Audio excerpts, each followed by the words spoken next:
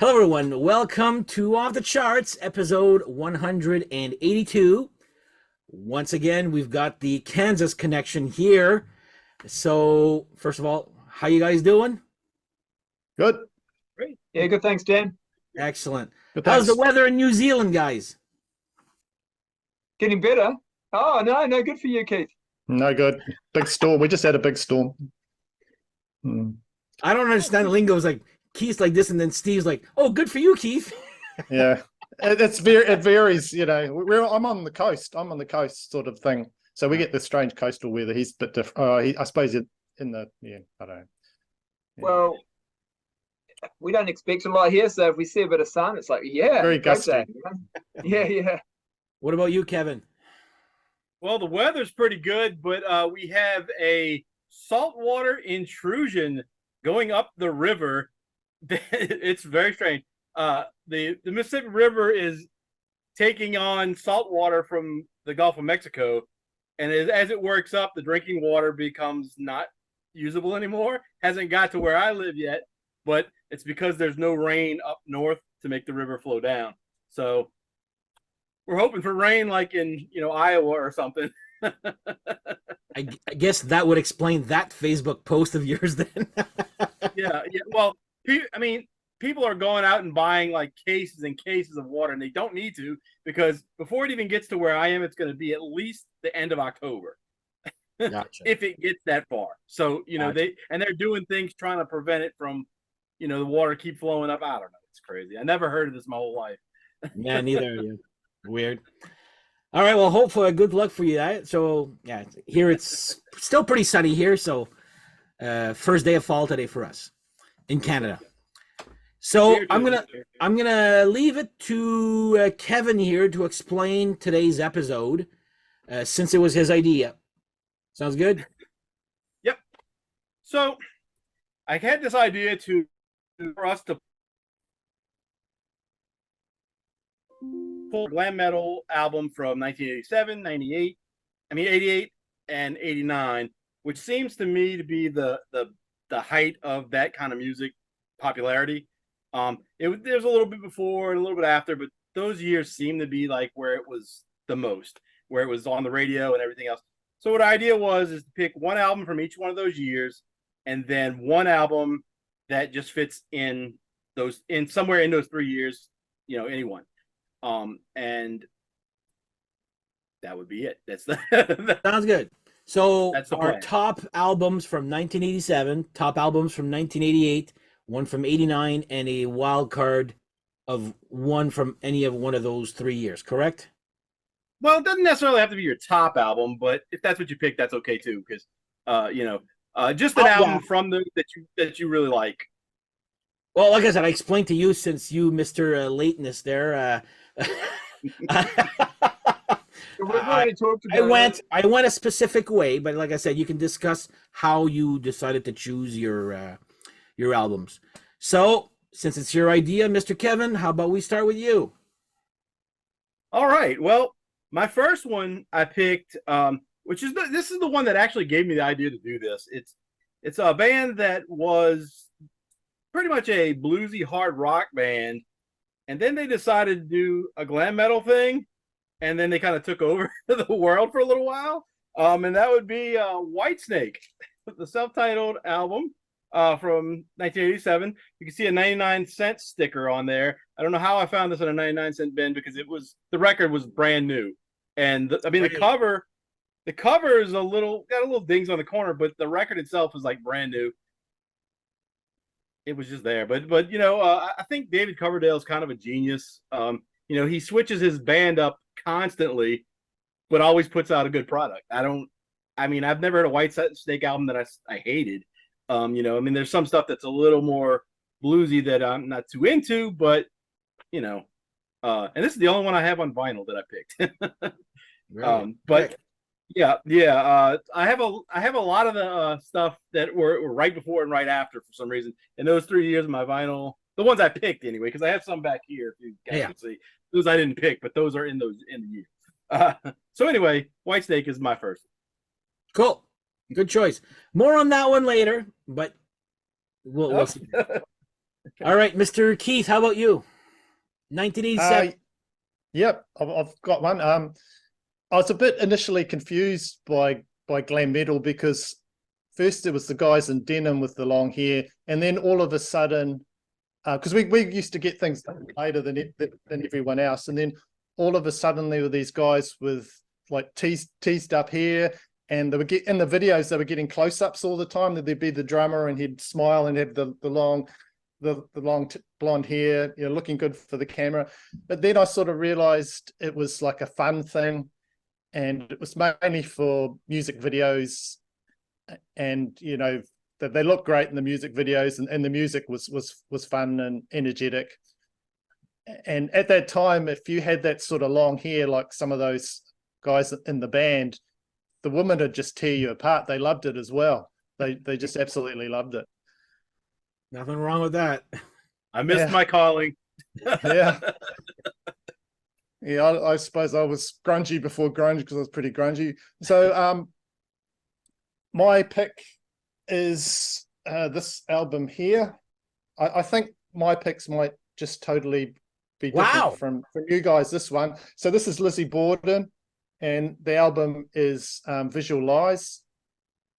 So if you like a lot of melody, if you like a lot of really good choruses, and the singer, well, he calls himself Lizzie Borden, but his name's Greg.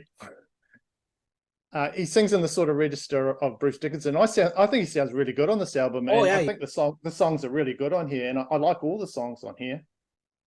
Is that the one with Me Against the World?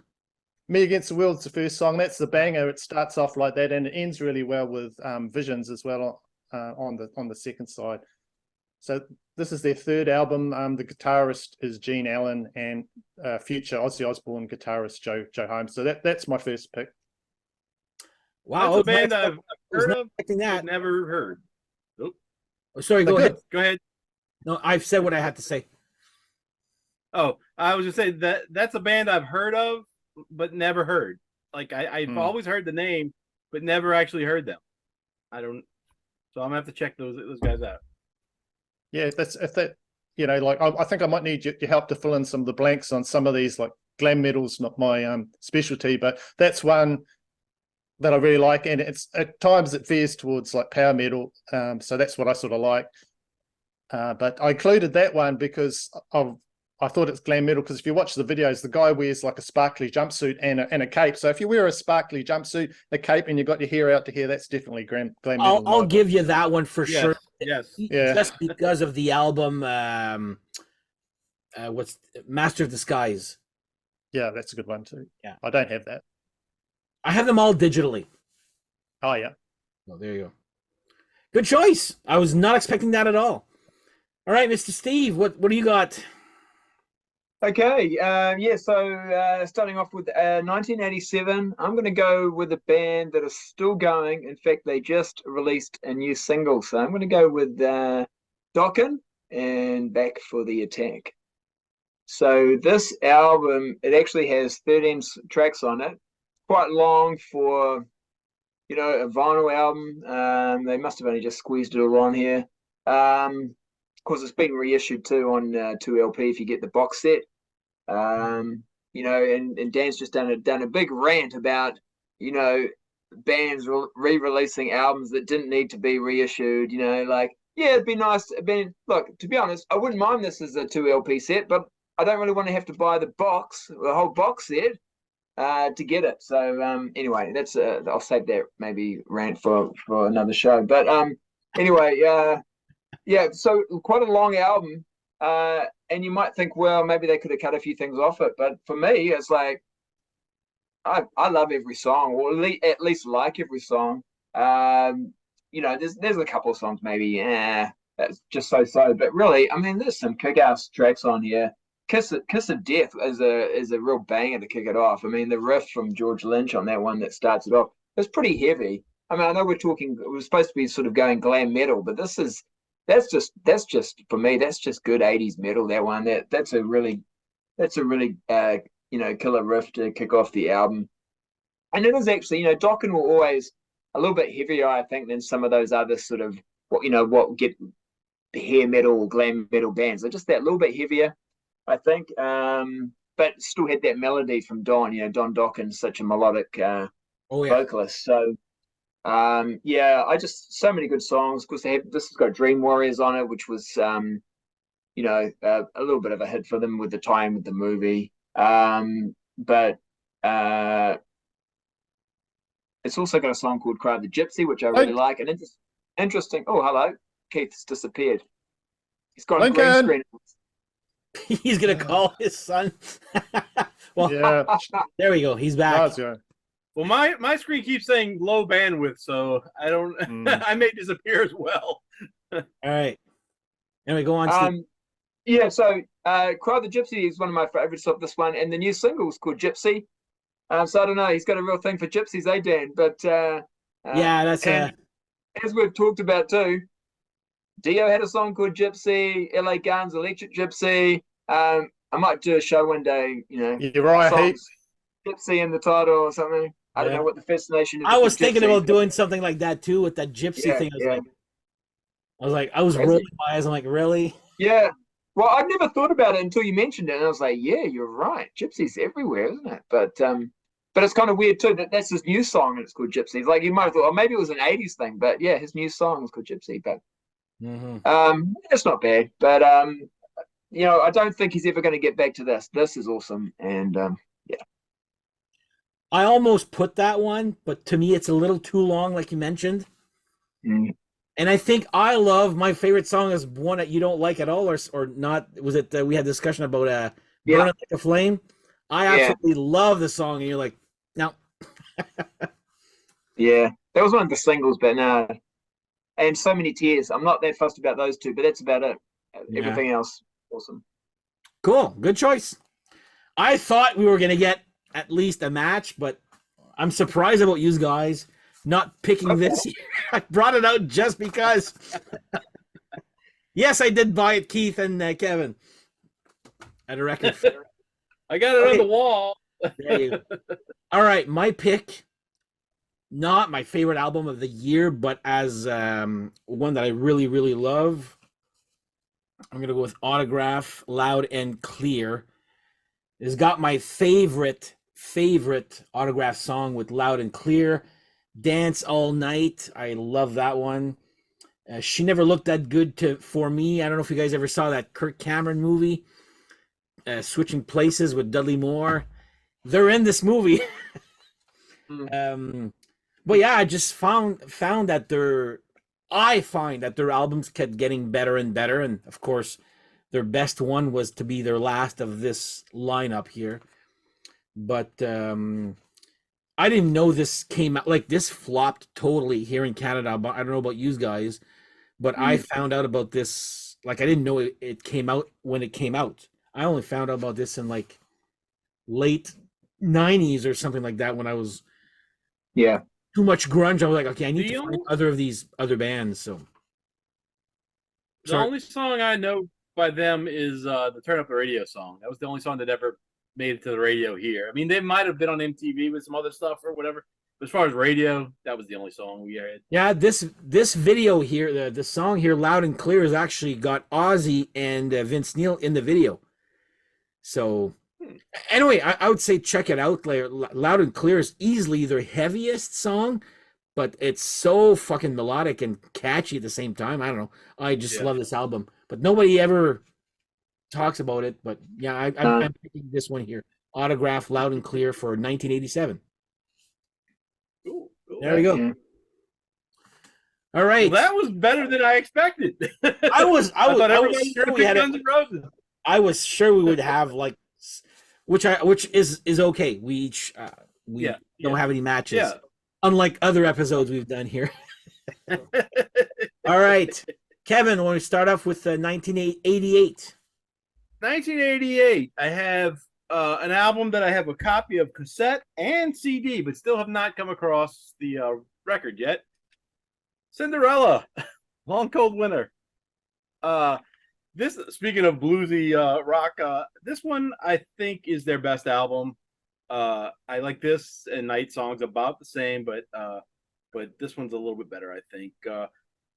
for some reason I love this cover too. It's so there's nothing to it. Yeah, I love the simplicity of it. Love it. I just like that logo, and you barely see the name. But this one's the one that had their big hit. Don't know what you got till it's gone. That was everywhere. We had guys in my school that looked like these guys. Like they would dress like with the what was the guy with the long straight hair? Eric Brittingham, I think his name Yeah, is. that's the bass player. Is that guy right there, because they had a guy that looked just like that guy. He had the hair down and everything. Thought he was the coolest guy in school. He probably was. I don't know. My sister has But, the making of the videos, and he's like got short hair like this and a beard. The Oh, girls really? get the girls. Yeah. Yeah. But I think this one is pretty much a perfect album. I mean, start to finish, I like everything on it. Just Yeah, I like that one too. yeah. That's got Coming I don't Home know. in the Last Mile, right? Yeah. Yeah. Coming Home is it's not the last song, it's like third to last. But just the way it starts with that bad seamless blues little Yeah, it's intro thing, and then it goes into Falling Apart at the Seams, and just takes off from there. Yeah. I mean, I love that intro. That's awesome, eh? Yeah. yeah. Good choice. Okay. All right. Have you got their first album, Kevin? You like their first album? I have Night Songs on vinyl. And I got that when it first came out. I don't know why I didn't pick up the rest of them back then.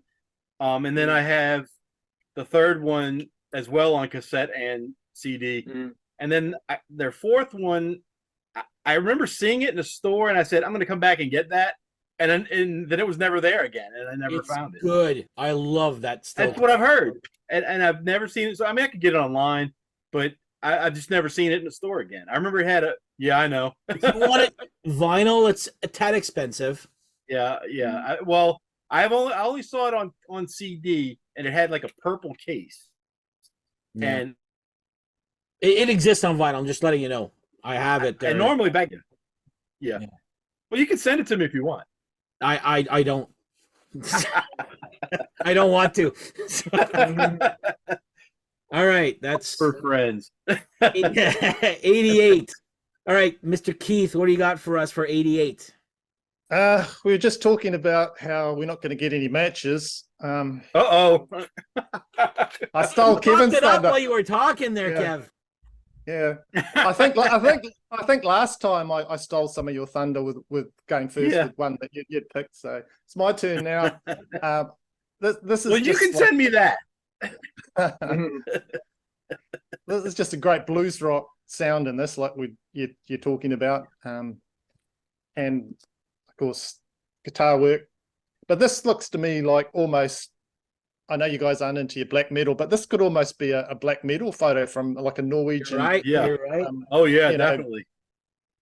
Just the guys there, they look quite, But I like this better than Night Songs, I have to say. And I really do like the song Long Cold Winter on that. I think that's a great ballad.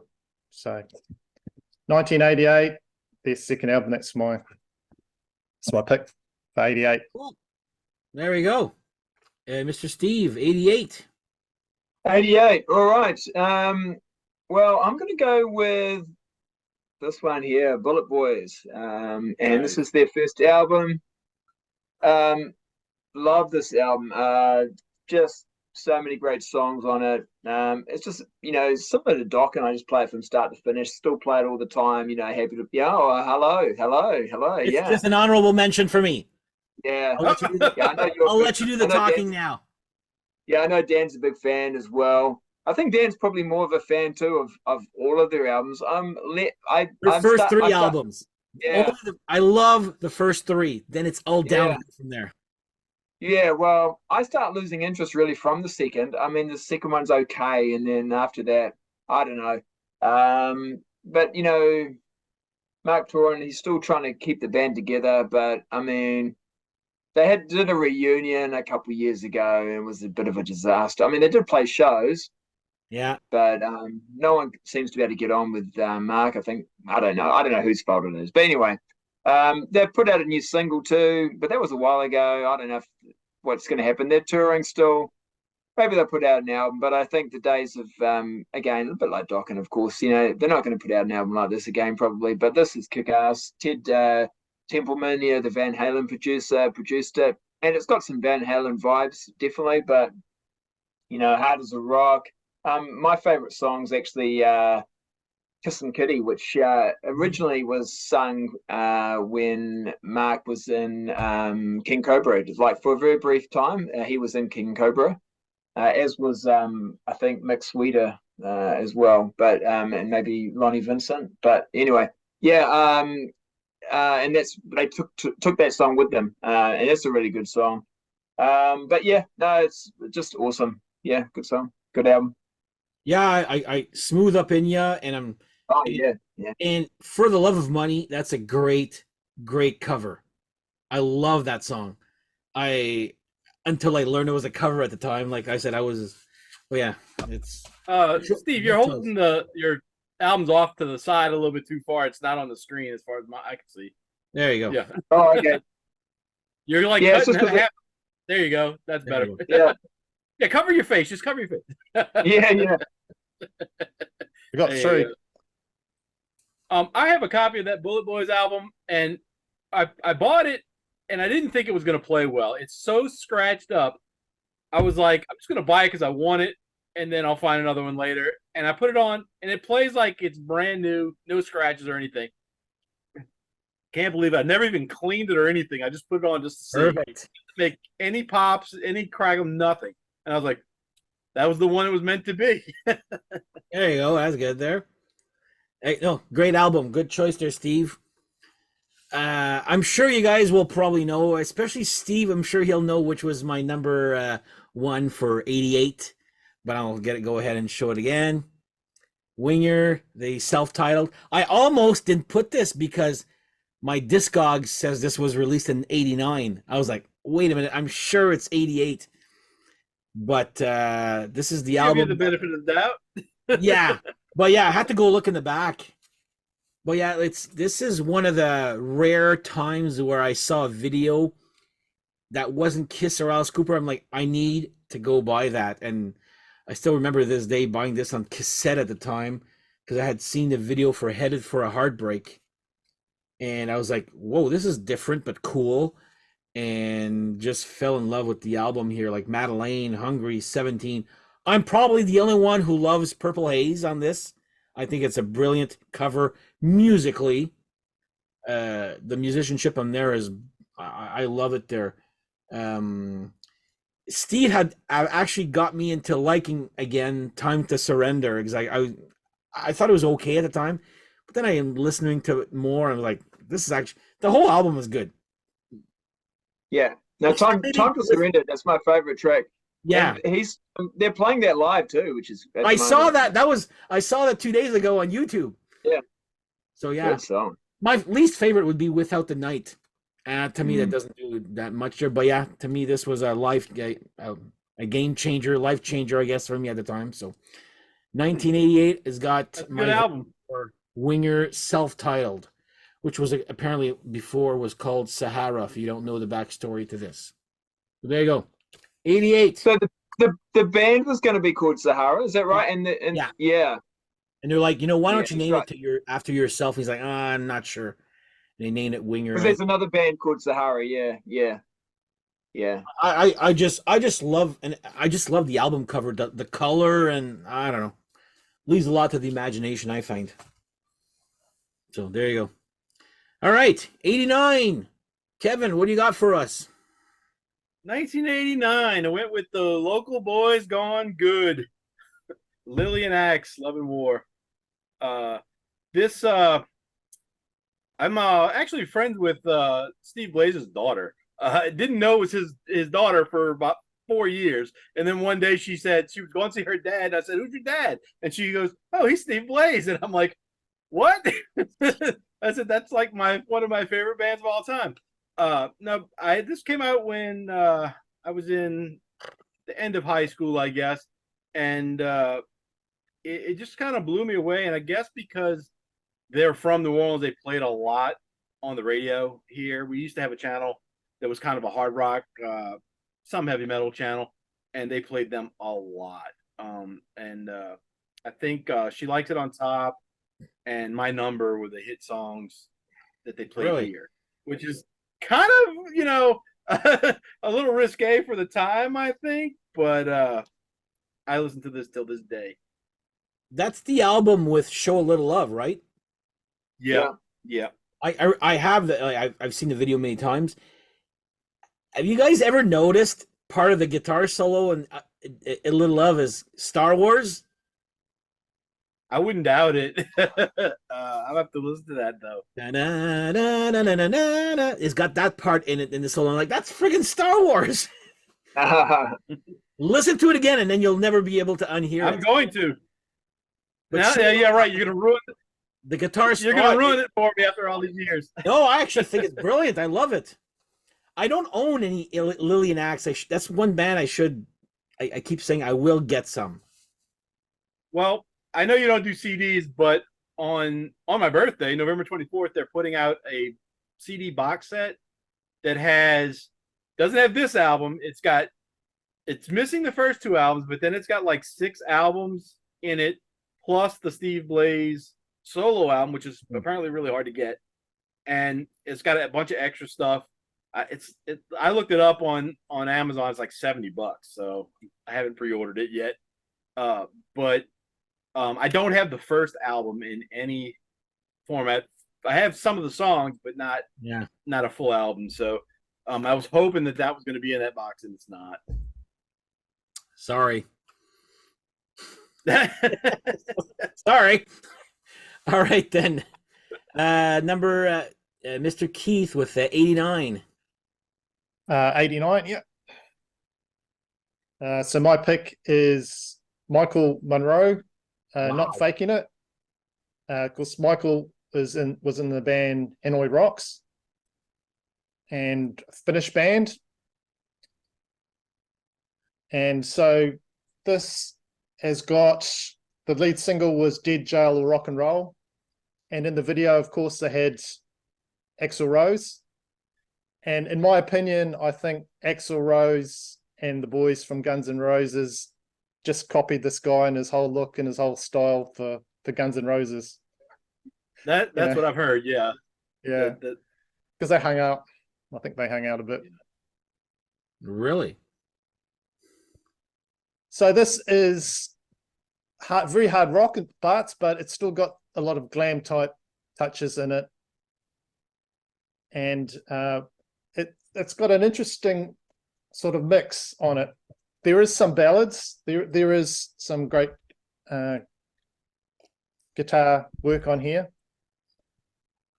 It's got some strange sort of contributions from different people. Even Little Steven, I don't know if you know Little Steven, he's from Bruce Springsteen. Oh, yeah. He does a bit on here as well. And it's the title song, Not Faking It, is actually a cover by Nazareth.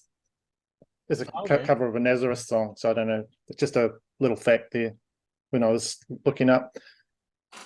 So that is my 1989 pick, Michael Monroe's Not Faking It. And I enjoy this album.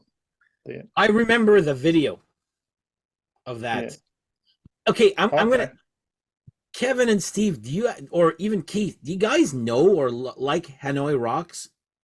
Oh yeah, I know them. Yeah, like I said, I have a greatest hits. To me, is like it was not popular here. I loved it, but you can definitely see their influence they had on Guns N' Roses. But I think Guns N' Roses took that influence and then they just made it better. Do you know what I mean? Like they took parts of it. And then they took other bits as well. Do you know what I mean? But there's a big influence there. That's why Axl's, I think, guesting on that album, because he knows that a lot of the ideas for his band he got from Michael Monroe and Hanoi Rocks. So yeah. I'm just like there was nothing. I don't know anybody in Canada like our circle of friends who actually owned or liked Hanoi Rocks at the time. But it was always, I find them intriguing. Yeah, well they had that. you look at pictures of them from like '83, something like that. They had the whole sleaze metal, glam metal look. You know, the They look LA like Gun. Faster Pussycat, pretty much. Yeah, fast to put. They had that look well before anyone. No one else was doing that look. Yeah. In They that time. influenced a lot of bands, definitely. Yeah, Um, But I do know that one song there, Keith, the Dead Jailer Rock and Roll. I was like, oh, I actually enjoy that song a lot, but I just never got into Hanoi Rocks for some reason. They weren't that big in their home country, but in Japan and when they toured, Japanese people loved them, and other countries. But it took for a long time for them to warm up in Finland because they were just looked as like you say, weirdos because of just how they looked. No one else was doing it, like you're saying. Maybe one day. I heard of them, but they weren't popular here No, either. And every time I go to the record store, they have a couple of their records, and I'm tempted to buy them, but then I see the price, and I'm like, do I really want to buy this for $40 or whatever? And I never do. If I saw them used, I would definitely jump on it. Well, But- yeah. That's the thing. They're used for like $40, and I was like, Yeah. I just can't pull the trigger. But one day. check out the song "Tragedy." Tragedy. That's a real good one. Yeah, That's a real good- I have a greatest hits on digital. And And tragedy. they may have kept going if it wasn't for Vince Neil. Like that. Yeah. Vince Neil kind of killed the band and a few other people as well. Mm. But yeah. Anyway. It's quite prophetic, that song "Tragedy," for what happened with the Oh, band. yeah. Yeah. Mm. Razzle. Yeah, because there is a bit of tragedy in that band, but yeah. All right. Well, Mr. Steve, how about your 1989 pick? Okay, so we've got another matchup here, Kevin. So yeah, Dang it. yeah. So I had to go with that one. Such a great album. I was actually kind of surprised when I heard that album because although it's a hair metal album, they've got their own unique sound. I mean, lyrically, yes, you look at the song titles. Yeah, She Likes It on Top, Show a Little Love, All's Fair in Love and War. Some of the song titles sound very hair metal, but then also there's some interesting lyric ideas in there as well. Like Ghosts of Winter, Letters in the Rain. But they just have their own unique sound. It's really cool. It's catchy, melodic, but still rocks. Really good. And I like the cover. There's a song in here called "My Number," which originally was done by the band Girl. And they've got Vanity does the intro. I don't know if you remember Vanity from back in the 80s. Yeah. Prince? Vanity, yeah, she was like a pop singer back in the 80s. I think I remember her. Yeah. Wasn't she Prince? What's that? Wasn't she in Prince? Or in the Yeah, I think it might have been a Prince connection there. Yeah. Yeah. She's the She's girl just- that in Purple Rain. She's in Purple Rain. She gets undressed and jump in the lake. I don't know if you remember that scene, but I do. I remember that scene. Yeah, Nobody forgets that. yeah. But somewhat okay, Vanity. So I think I mentioned her like the word vanity in one of my early episodes, and some people were like, "You don't know who Vanity is?" I think that's what I'm gonna have to go relook at one of my earlier episodes. I just don't know which one it was because a guy from work's like, "Shame on you for not knowing who Vanity is." I'm like, "Okay, sorry." I think she did a project with Prince, the Vanity Six or something like that, and I might be wrong, but yeah. But yeah, But go ahead. my thing is with her, she does the intro to that song. She has a little sort of little thing she says at the start, and then the guitar kicks in. But yeah. One day I'll get into the Lillian Axter. That's another. Like I said, I own nothing from those guys, but I was like, here we go, another collect. You know me, and if I have one, I must have them all. Well, Yeah. I can tell you this: after the fourth album, they changed their sound. They get heavier. Yeah. But the lyrics are really, they make you think about stuff that you wouldn't normally think about when you listen to glam music, and so they get a little heavier, but they're still good till this day. Yeah, I think Psycho. Ron Taylor, he's the vocalist, and I think he leaves after the fourth album. I think. Yeah. Yeah. So, but he's great. He is a really good vocalist. I've not really got into them since he's left the band, but yeah, they do have other albums after that. Yeah, Oh yeah, they probably have about 12 yeah, albums. yeah, The I think Steve Blaze was always the main songwriter though, Yeah. as far as Yeah. and stuff. So Yeah, the album here, Psycho Schizophrenia, is that the one? yeah, Was that's considered very original here. Back when like hair metal was kind of going this way here, like no, this is actually good, fresh hair metal or whatever. yeah. I'm like, yeah, That yeah, was- whatever.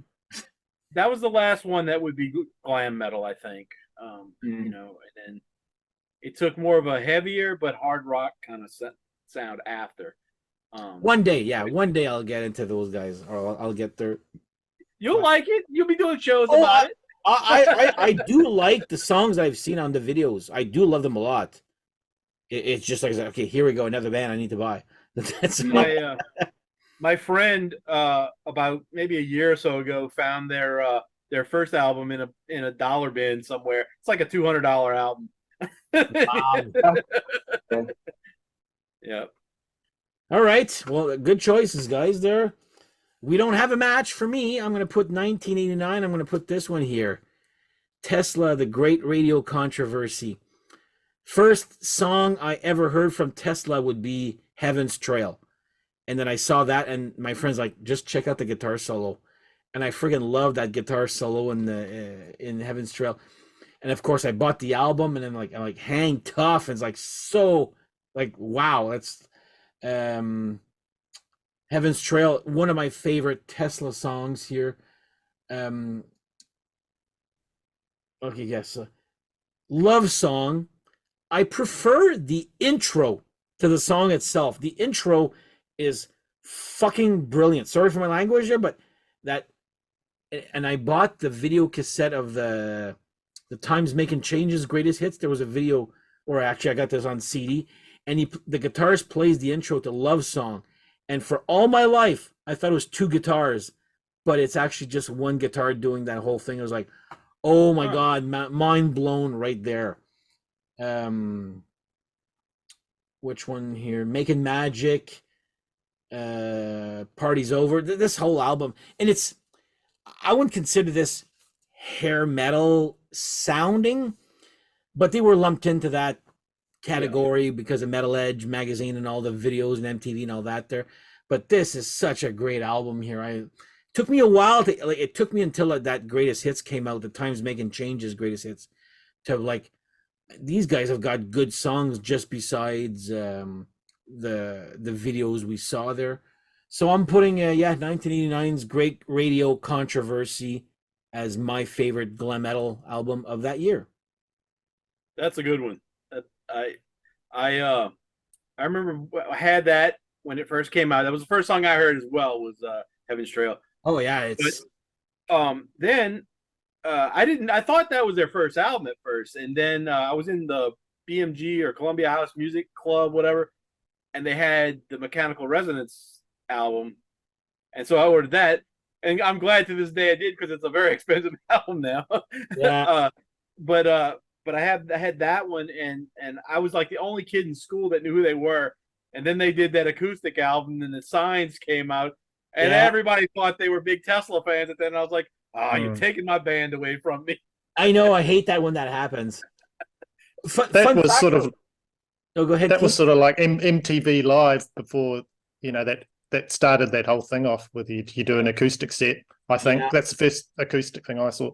Yeah, according to D. Snyder, Tesla's the ones with thank you, Tesla, for fucking up the unplugged movement there. Unplugged, that's it. Yeah, unplugged. I love that movement, by the way. Good stuff. But I just add a stupid side note for your Mechanical Resonance. That song Modern Day Cowboy, again, another misheard lyrics when he says the USA, the USSR, okay? For the longest time, I said the USA, the US said so. That's what I thought they were saying. So I was like, the USA, the US said so. Of course, when we saw Tesla here live, my friend just turns to me when they're playing, and he can't sing it without saying the US said so also. I know. dumb side note story there, but That's funny. good one there. All right, now it's time for the wild card. What do My you got wild for us, card Kevin? is on a cassette as well, and somebody mentioned this before. Faster Pussycat, self-titled debut album. I always thought that they were like when I was younger, like they were kind of scary to me, like because they looked completely different than anything I'd ever seen before. They had the crazy hair, they looked a little dirty, and this quickly became one of my all-time favorite albums. Like I was fighting to put this over the White Snake for 1987, but since it's a cassette, I said, well, you know what, I'm just gonna put this to my wild card. But this is definitely like it's just awesome the whole way through. It's kind of like to me defines that sleaze metal glam kind of thing. If it was in a dictionary, they'd have to put a picture of this. But the funny thing is that song Babylon. We know how that starts with the No. they say pussycat, but they repeat the word over and over. And the first time I heard that on the radio, I felt like somebody was watching me.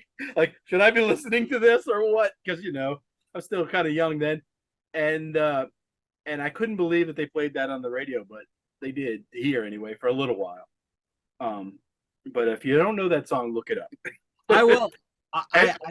I have a greatest hits of them. It's one that not a big collection, so I will get them eventually. I like that one probably would be on a greatest hits because, like I said, it was one of the first songs that people got to know. So that one and the Bathroom Wall song. Yeah, that's on. I'm just looking at my greatest hits there. Faster Pussy. Babylon's not on it, no. Really? But anyway, I still listen to this. I have MP3s of it now. I never did get it on CD. I got all the other ones on CD, but I didn't get that one for some reason. And I'm trying to find them on vinyl, but kind of hard to do. Mm-hmm.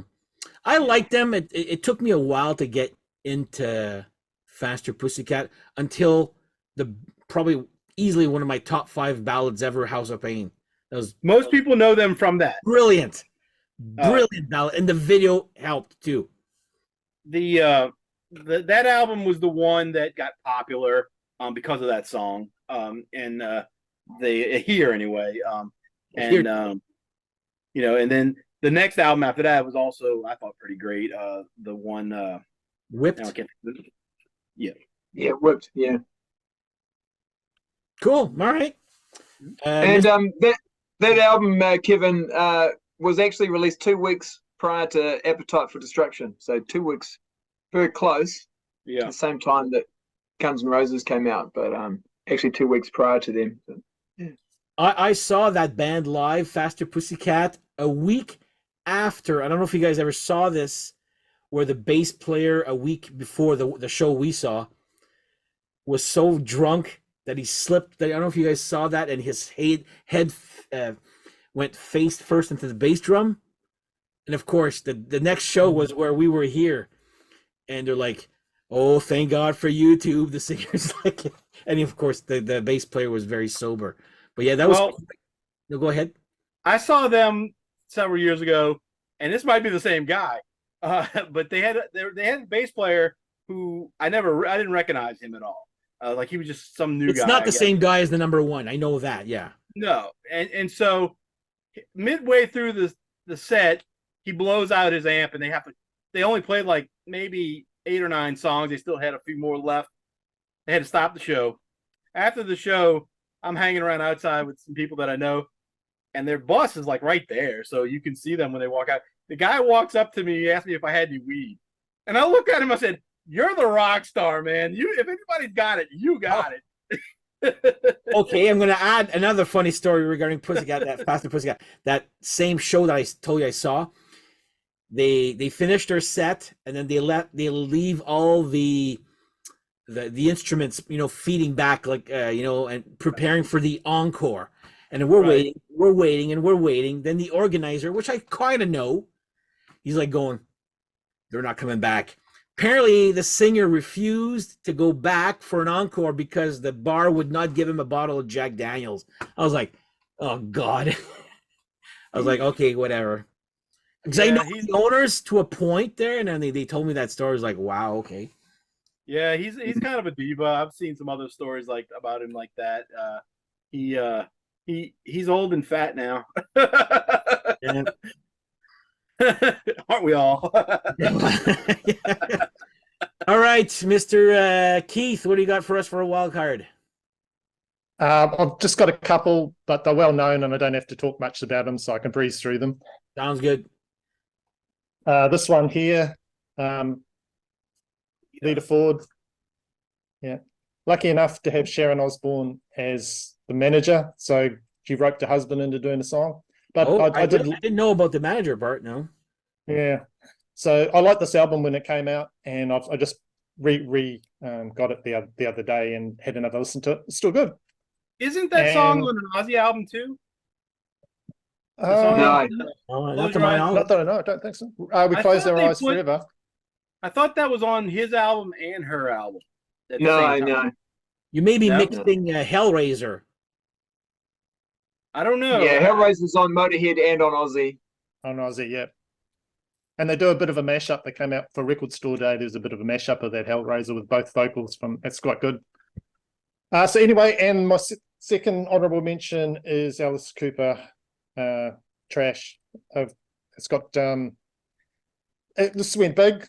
Something to do with maybe Desmond Child came on board and on this one. Yeah, that was a pretty popular album. They're very popular. Yeah, and blew them up. Yeah. And of course the song Poison, which pole dancers all over the world we're grateful for, because that's a song they danced to. Love that song for strippers. Oh yeah. There's an uncensored video of that version of that video, by the way, if you're curious. Yeah. So that's to Google. To Google. Right. I'll look at that next, probably. There you go. But yeah, there's an uncensored version. I was in high school and some guy went to Europe and he comes back and goes, I saw the Poison video and there's a naked chicken. I'm like, what? Where? So there's two video versions. Anyway. And if you want to hear the riff to Poison, you can hear it on this album. The song Encircled. It has the Poison riff on it. It was originally written. Hold that up again. That could be your brother, man. Yeah. That is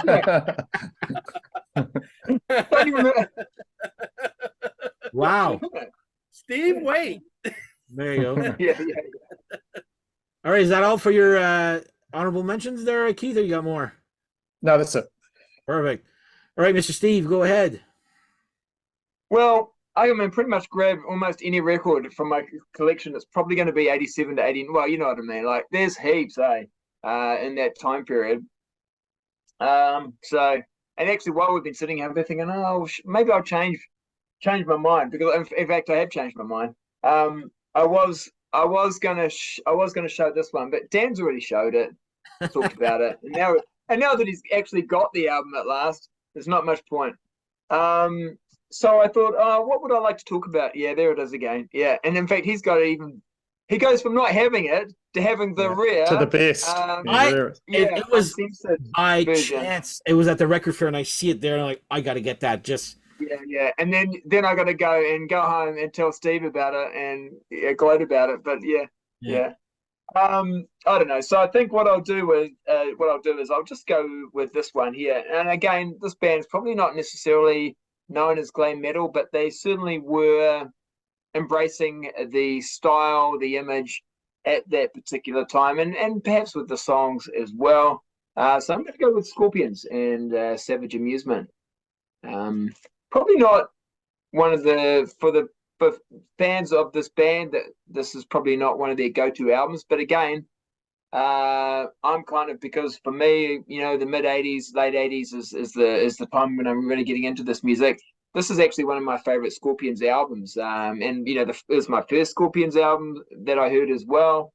So I really love this. I mean, Don't Stop at the Top, Passion Rules the Game, And Rhythm of Love, the music video. Oh my goodness! Joan Severance.